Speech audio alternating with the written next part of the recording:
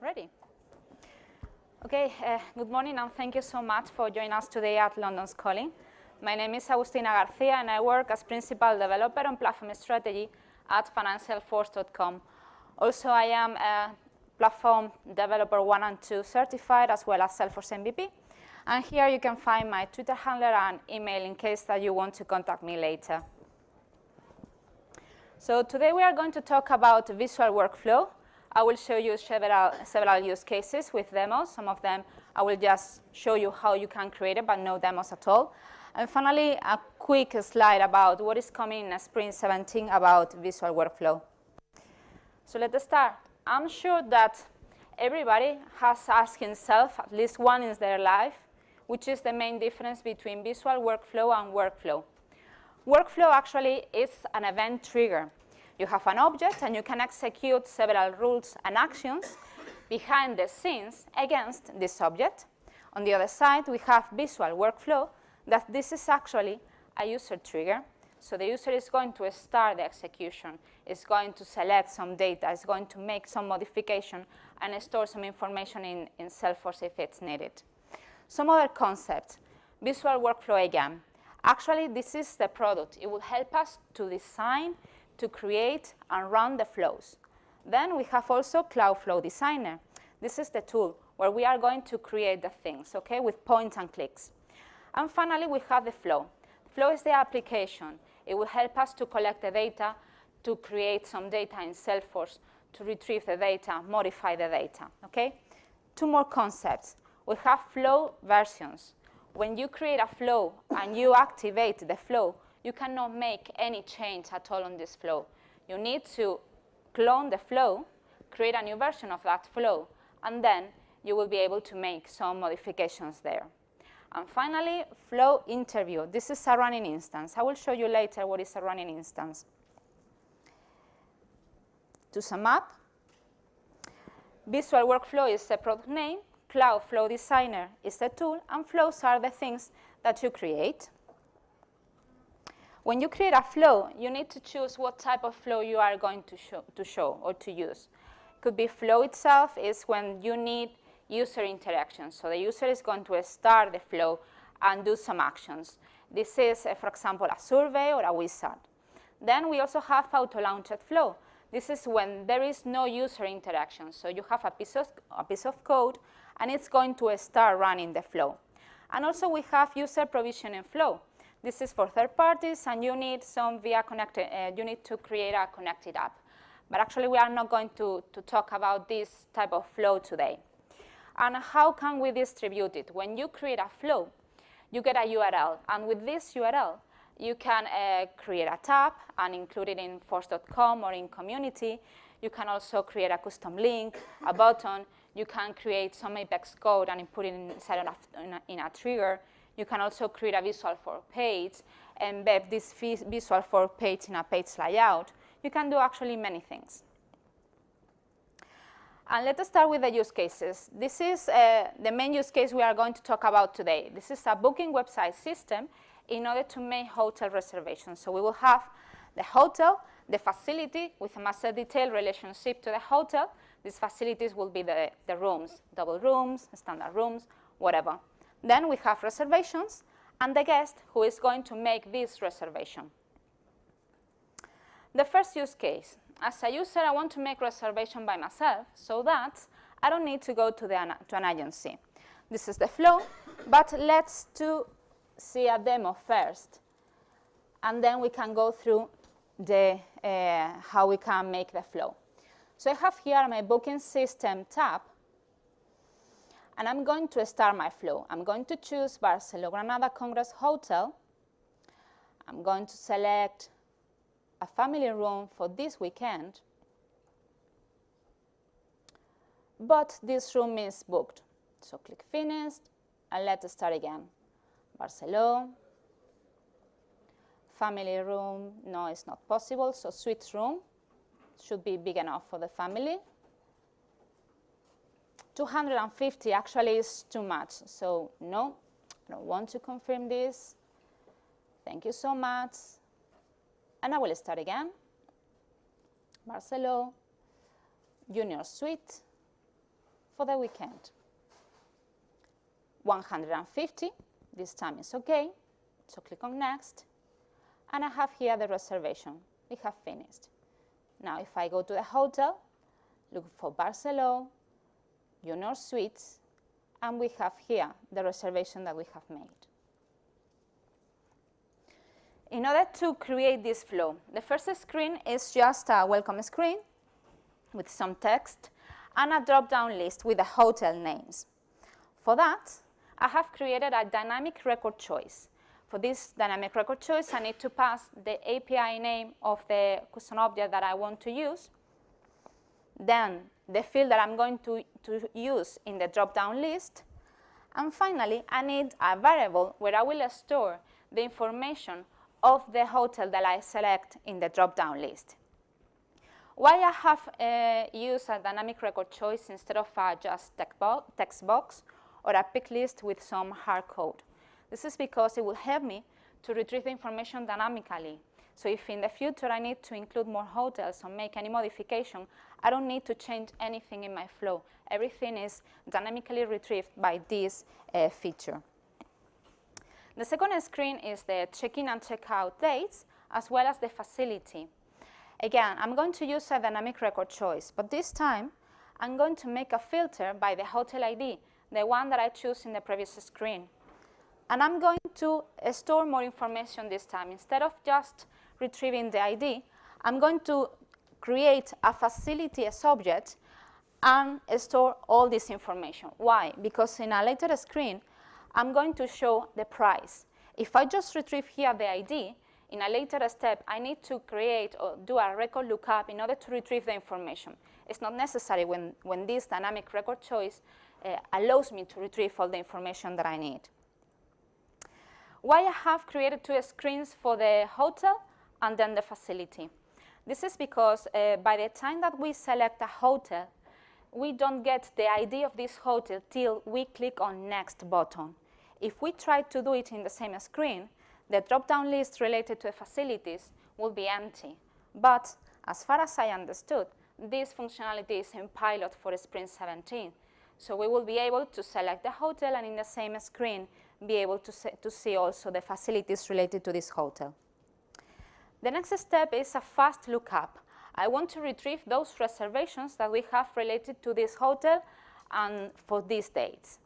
I'm going to make a filter, check-in and check-out dates, and the ID of the facility. And I'm going to store the information in a list of reservations. Why I have created or used a fast lookup instead of a record lookup? With record lookup, you can retrieve a single subject, the first one that matches the filter criteria. However, with fast lookup, we can retrieve a list of a subject. In my case, the list of reservations. The next step is to decide what to do. Do I have reservations? Yes, so in that case, we cannot continue. If I don't have reservation, let's go to the confirmation page. And one of the latest steps is the creation of the reservation when we agree with the price and so on. In order to do that, I just need to select the object that I'm going to use, that I'm going to create, pass the information, check-in and check-out dates, facilities, and so on. And finally, I will create another variable with the reservation ID in order to retrieve this information. This time I have used a record create instead of a fast create. I will be able to use also fast create, but in that case, I will need to pass a subject variable or a collection of variables. So I will need a previous step in order to store all the information instead of doing directly in the record create like I do here. That was the simplest use case. Let's move to the complex one. I want to do the same, but just in the same screen. So this time I'm going to have the dynamic record choice for the hotel, but the facility will be a fixed text pick list with all the facility types that I have in my system. I'm not going to retrieve anything dynamically. In order to do that, I have my welcome screen, my fast lookup in order to retrieve all the facilities related to this object and these dates, and I'm going to iterate over the list of reservations that I retrieved and I'm going to assign the list, this reservation for each, from this reservation list, and for each reservation in that list, I'm going to take the facility and I'm going to assign to a list of IDs, facilities booked, okay? So I will have a list with those facilities that are not available in my hotel.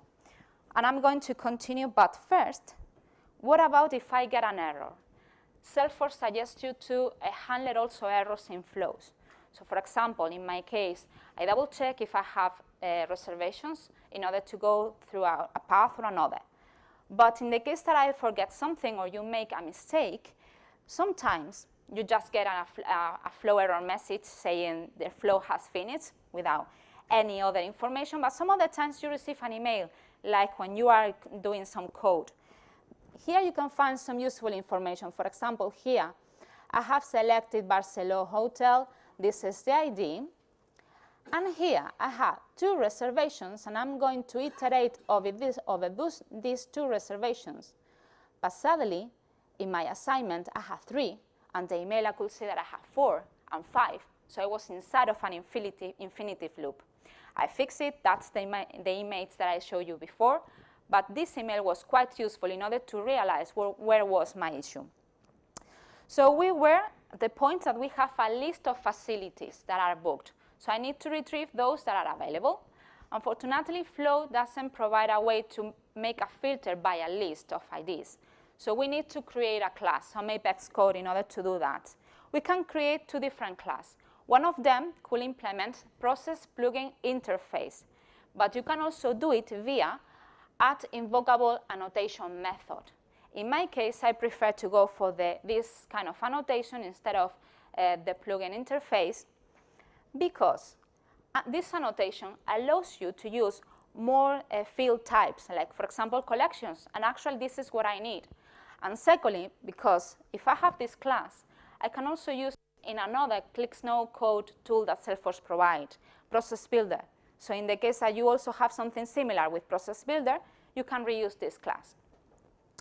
So I have an inner class, facility parameters, with the list of facilities that I have booked and the hotel. Then, in my method, I pass the list of facility parameters in order to make the query and make the filter in order to retrieve just those facilities that are available.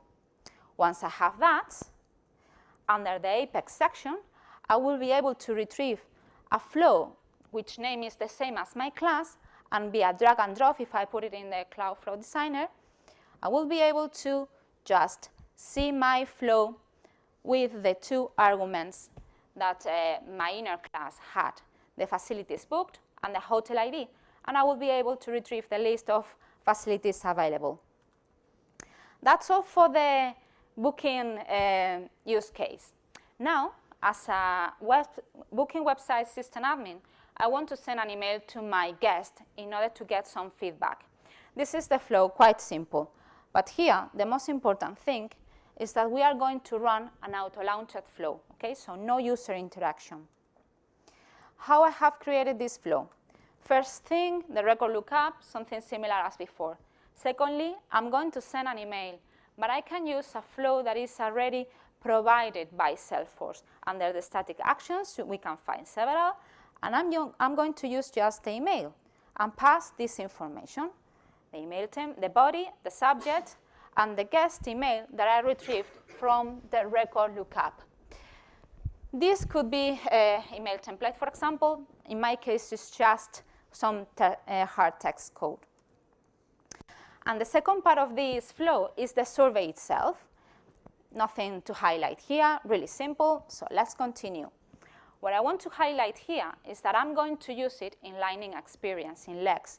So in order to include my flow in Lex, I will need to open the Lightning App Builder, and if I click on Flow, it will include my component here. And if I highlight this flow component, I will be able to see some settings here. For example, this drop-down list in order to select the flow that I want to show there. And also the layout if I want to show my flow with just 1 column or 2 columns. But in my case, I want to also include the survey inside of the record detail page of my guest. So I'm going to make a little customization.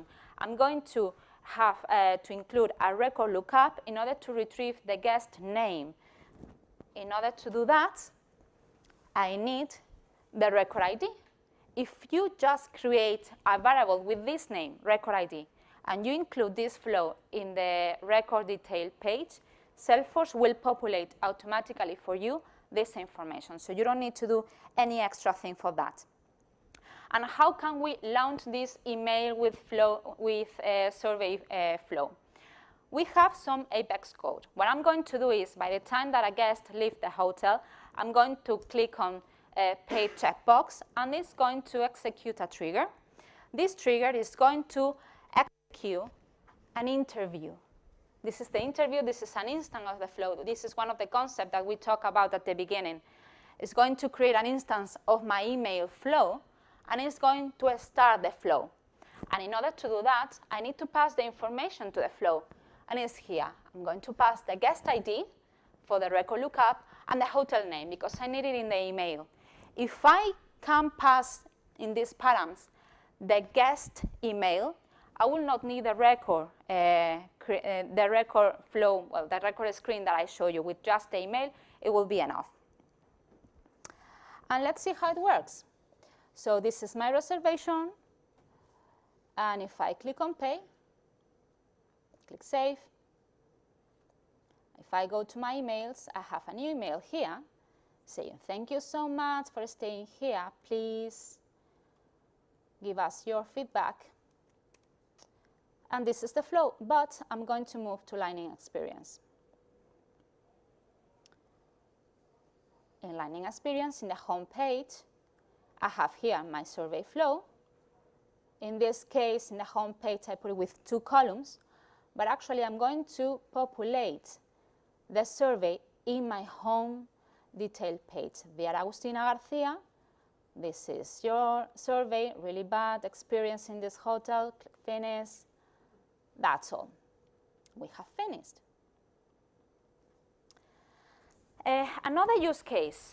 After sending the email with the survey, I want to also create an invoice in order to keep all my accountings up to date in my system. But I don't have the flow. I have installed a package that creates invoices for me. In order to include a flow inside of a package, you need to activate this flow. Otherwise, you will not find it under flow definition drop-down list. Once I have my package with the flow, I install in the organization, and I will be able to see a new flow here under the flows, like in the custom one. So I will not have any difference between those that I have created by my side and those that I have installed. Something to highlight. If you create a flow which type is flow and you try to use it in an auto-launched flow, my case, it will not work. So you need to create something auto-launched in order to be used in an auto-launched flow. And this is the use case. After sending the email, I'm going to create the invoice, passing the information, and in order to get this information in my trigger, I will add 2 new parameters, guest name and total amount for the invoice. And this is how it works. If I go to invoices, the last one is the one that I created a few minutes ago. This is in Spanish time, so an hour ago. And that's all for that use case. This is the last one, REST API. Imagine that you are a third party. You want to create some information. You want to create a reservation in this case, but you don't want to use a flow. You don't want to use a tab or using a trigger. You want to make a call out. You want to do it via REST API. Flow also allows you to do that. This is a really simple use case. Record create for the reservation. Just remember that you need to create an auto-launched flow for that. And if, for example, if you go to Workbench, just add in /actions, custom flow, the name of your flow, and pass the information, the entry, the parameters in JSON format. You make the post, and you have a new reservation created. So simple. And finally, Spring 17, what is coming? You can find here the link to the release notes related to workflow. We have talked about run flows with aligning a scheme and display flow screens in 2 columns in Lightning Experience. We have seen how to embed your flows in Lightning pages in my record detail page and also in the home. We have tried to see this pilot. Now you see me, now you don't. When you select the hotel name and you want to retrieve the facilities related to this hotel in the same screen, it's in pilot. And something that also I would like to highlight, enforce field level security for all flow operations, something that we used to do in Apex, and now Flow allows you to do also as well. I didn't have time to prepare something with this feature for this session, but I would like to write something. So if you follow my blog, you will get a new entry soon talking about this. And that's all. It's time for question and answers. But in the meantime, we ask for questions. I would like to also tell you that it's so cool, London's calling, that we would like to do something like that in Madrid. It will be 1st of June, well, it's in English there, 1st of June in Madrid, and it's called Dream Ole. And I hope to see you also there. Time for questions. Thank you.